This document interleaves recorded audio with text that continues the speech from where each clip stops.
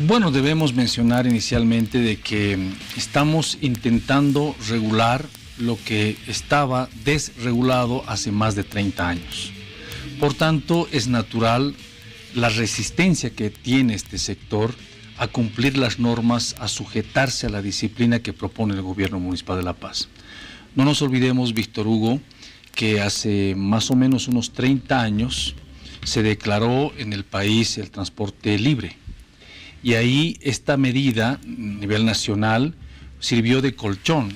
Cuando se relocalizaron a muchos mineros principalmente, ellos al recibir su indemnización, esa platita les sirvió para venirse a las ciudades, a los centros urbanos, comprarse un vehículo y empezar a cumplir tareas de transportista. Entonces, desde aquella época a la actual han pasado más de 30 años en que estamos hablando de un sistema desregulado. Tratar de volver a encaminarlo en normas, en disciplina, en orden, seguramente nos va a tomar más tiempo, es una tarea difícil, pero en la que estamos empeñados en base a procedimiento y a normas vigentes que respaldan nuestras actuaciones. Recuérdeme, ¿hace cuánto tiempo ya se comenzó con estos controles, con estas disposiciones emanadas de la Alcaldía Municipal en procura de regular este desordenado transporte público que existía en La Paz? Iniciamos a finales del 2015, cuando actualizamos nuestra ley de rutas y recorridos. Tuvimos largas jornadas hasta las cerca de 1, 2, 3 de la madrugada, inclusive con varios sindicatos, donde nos pusimos de acuerdo con actas firmadas por dónde debían recorrer cada una de las 540 rutas que están autorizadas en la ciudad de La Paz. Ellos firmaron las actas, nos pusimos de acuerdo con algunas modificaciones, actualizaciones, y a partir de ese momento, con la ley de ruta y recorrido aprobado, empezamos a ejercer control en vía para que controlemos que esos recorridos que fueron firmados con actas se cumplan y se respeten disciplinadamente por parte de los choferes. Y ahí, obviamente, empezaron nuestras tensiones, nuestras diferencias. A ellos no les gusta ser controlados, no les gusta tener a alguien que supervise el cumplimiento de la norma, y nuestra labor de fiscalización a la cabeza de la Secretaría y de nuestra Guardia Municipal de Transporte es justamente esa, fiscalizar y hacer que la norma se cumpla. Por el incumplimiento de estas normas a las cuales usted se refiere, don Ramiro, es que justamente se emiten las multas, las correspondientes sanciones. Y los choferes se quejan de que estas multas se emiten sin conocimiento de ellos, que no se los notifica, que además pueden existir cifras menores, sin embargo las multas son de 100 bolivianos. Coméntenos, ¿cómo se procede a dar las multas? Para empezar, el monto de la sanción ha sido debidamente aprobado en el procedimiento sancionatorio. Es decir, está plenamente respaldado con el monto que define esa sanción, que básicamente es de 100 bolivianos. Pero además está también definido en el procedimiento sancionatorio el procedimiento que debemos seguir para emitir un memorándum de infracción. Y obviamente nuestra Guardia Municipal, a través de capacitaciones permanentes, cumple estas disposiciones.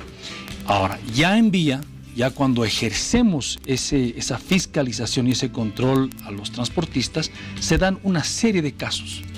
Uno de ellos, por ejemplo, es que el guardia puede haber cometido un error en la placa, en la sanción que él ha identificado, pudo haber cometido un error. Y por ello, con los mismos transportistas, definimos un procedimiento para anular un memorándum de infracción mal emitido, ¿sí? Y que nosotros también lo respetamos a letra muerta. Pero también hay otros casos que ellos se niegan a reconocer. Nos parece curioso esta posición poco autocrítica de parte de ellos, porque cuando el guardia le quiere entregar el memorándum de infracción, cuando ha sido sorprendido un conductor faltando las disposiciones, se da la fuga. No quiere recibir el memorándum, o simplemente lo arruga y le tira en cara al guardia, lo rechaza, y obviamente se quejan a los dirigentes y los dirigentes sacan cara por ellos, bajo el argumento de que los memorándums han sido truchos, inventados. Aparecieron mágicamente. Exacto, en el registro. y no es así, porque basta que el memorándum haya sido llenado, ya forma parte de nuestra base de datos de todos los memorándums, hayan sido recibidos por el conductor o no. Me ha tocado, y debo admitirlo, seguramente algún transportista recordará un no muy grato episodio conmigo en un minibús.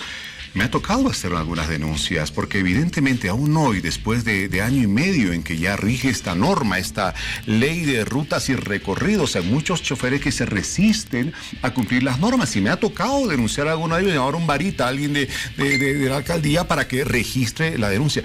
Y lo he visto, evidentemente, la resistencia a admitir que se ha equivocado el chofer, que ha cometido un error. Vaya, qué linda sería nuestra sociedad si realmente sintieran, oh, sí, lo lamento, me equivoqué. Bueno, las consecuencias. Es difícil hacer entrar la ley, las normas en una sociedad que siempre se ha resistido al cambio, señor Burgos.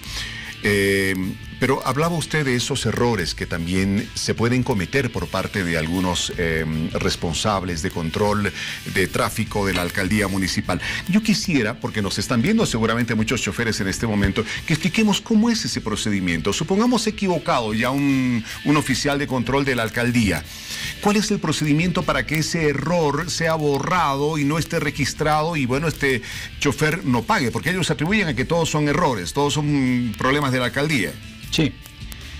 Bueno, nosotros tenemos actualmente, para que te des una idea, cerca de 260 impugnaciones en lo que va del año, ¿sí? De las cuales han sido anuladas 150. Estamos hablando más de la mitad de las impugnaciones debidamente presentadas en base al procedimiento establecido que fueron aceptadas. El procedimiento es muy sencillo. Ellos tienen que presentar, obviamente, una nota argumentando y respaldando su posición respecto a la situación en la que ellos creen que se dio la irregularidad o el error al momento de emitir el memorándum de infracción, y obviamente la fotocopia del memorándum de infracción emitido. Esta nota, esta impugnación que presenta el conductor, entra a la secretaría y obviamente se le exige al guardia municipal de transporte que emita un informe escrito y firmado respecto a, digamos, a la representación que hizo el chofer. Y ahí es valorado por una de nuestras abogadas si ha sido un memorándum mal emitido, es decir, si ha habido una interpretación equivocada de la norma o de repente con algún dato equivocado de la placa, ¿sí? Inmediatamente la abogada elabora un informe que me lo presenta a mí, donde yo firmo e informo al chofer que hizo su impugnación de la correspondiente o ratificación o anulación del memorándum. Una carta. Sí. ¿Y cuánto dura todo este proceso? ¿Cuántos días? Desde el momento en que el chofer, que asegura que, bueno, no tiene la culpa de nada, que hay un error, presenta su carta a la alcaldía. Bueno, tú sabes que en las instituciones públicas tenemos una carga en cuanto a correspondencia muy importante. O sea, estamos hablando de 48 horas en promedio. Puede ser muchas veces en menor tiempo, de repente un día más, pero el promedio es eso. Un tiempo razonable. Pero a mí lo que más me llama la atención, Víctor Hugo, es de que reclamamos tanto de que los memorándums han sido mal emitidos, que truchos, que inventados. Tenemos de 12,000 memorándums de infracción que han sido emitidos en lo que va del año, tenemos solamente 260 impugnaciones. ¿Qué quiere decir eso? Que el conductor, al no hacer su impugnación, al no presentar su representación, su reclamo formal por el conducto que saben sus dirigentes, ¿sí? Y que esperemos haya sido debidamente transmitido, ¿no? ¿Sí? Ha reconocido la falta, porque aquellos que no estaban de acuerdo hicieron su representación y resulta que de 260 impugnaciones, 150 fueron anulados. Entonces ahí hay una, digamos, no sé si es una falta de información, porque hay otro error también que se comete normalmente en el ámbito sindical, Víctor Hugo, y es que la información no es debidamente transmitida a las bases. Las bases no conocen toda la información, los alcances de todos los acuerdos firmados con la dirigencia. Y ahí, claro, una base mal informada interpreta y reacciona como quiere. Y creo que esa es una atribución, es una responsabilidad exclusiva de la dirigencia de la Federación. Don Ramiro, ¿en qué momento se procede a decomisar las placas de los vehículos? Y una vez que los choferes que cumplen con esta sanción, pagan las multas y demás, ¿cuánto tiempo se tarda en devolver las placas? Sí, está muy bien esa pregunta porque nos va a aclarar varias de las denuncias y afirmaciones que, bueno, superficialmente hicieron algunos dirigentes. Nosotros, de acuerdo a los acuerdos firmados, valga la redundancia, ¿sí?, en función a los acuerdos firmados, hemos cedido en que el decomiso de placa procedía a los 35 días de haberse emitido un memorándum de infracción. Ya ese plazo fue ampliado, ¿sí?, porque era menos el tiempo. El tiempo era de menos días.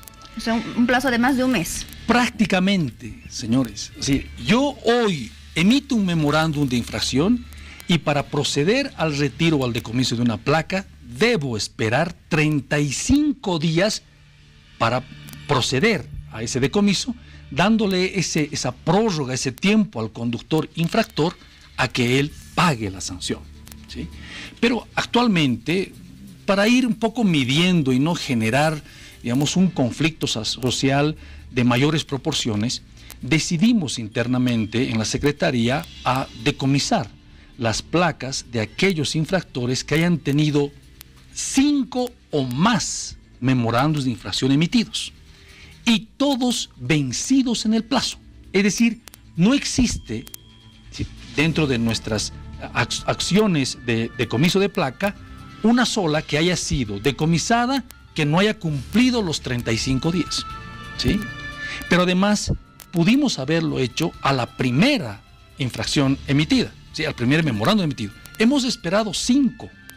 Es decir, hemos filtrado en nuestra base de datos para ir midiendo, ¿sí?, que no se genere un conflicto de entrada respecto al decomiso de placas y adoptamos esta decisión. Sin embargo, aquí los choferes pretenden de que los plazos sean cada vez mayores, de que se los notifique antes de decomisar una placa. Señores, estamos hablando ya de pedidos, de demandas que llegan a extremos. Bueno, me imagino que en ese tiempo que se le decomisa las placas, ya con la presión, bueno, los choferes van y pagarán sus multas. ¿En cuánto tiempo se les devuelve estas placas? A eso iba. Una vez que he escuchado en las declaraciones últimas y ahora mismo acá en el canal, ¿no?, de que pasan más de 5 días y no nos devuelven la placa. Esa es la versión que les conviene a ellos y está bien, ¿no? Pero lo que no vale es decir las cosas a medias, ¿no? La verdad a medias no sirve. Es decir, lo que pasa también en los hechos es de que, claro, pueden pasar 5, 7, 8 días en que no se devuelve la placa porque no pagaron la multa. Porque una vez decomisada la placa, no pueden ellos pagar la última infracción, tienen que pagar todas. Y muchas veces, ¿sí?, se encuentran con la gran sorpresa de que no habían sido un solo memorándum de infracción, es decir, una sola multa. En algún caso fueron 5, 7, 8, 10. Y aquí está un detalle muy importante, si ustedes me permiten. Acordamos con la Federación de que, a solicitud de ellos además, de que una vez emitidos los memorándums de infracción, vencidos los plazos, teníamos que comunicarles a ellos la lista de los infractores que ya estaban para decomiso de placa. Y nosotros en un primer momento les dijimos, muy bien, pero esa información, señores, hagámoslo a través de la internet. Y colgamos en la página web, en el portal web del Gobierno Municipal de La Paz, a diario, todas las placas de los vehículos que estaban ya para decomiso. Luego ellos nos dijeron, no tenemos la rutina de entrar a la página web, por favor háganlo por escrito. Y todos los viernes al secretario de conflictos de la Federación de Choferes 1 de Mayo le entregamos las listas.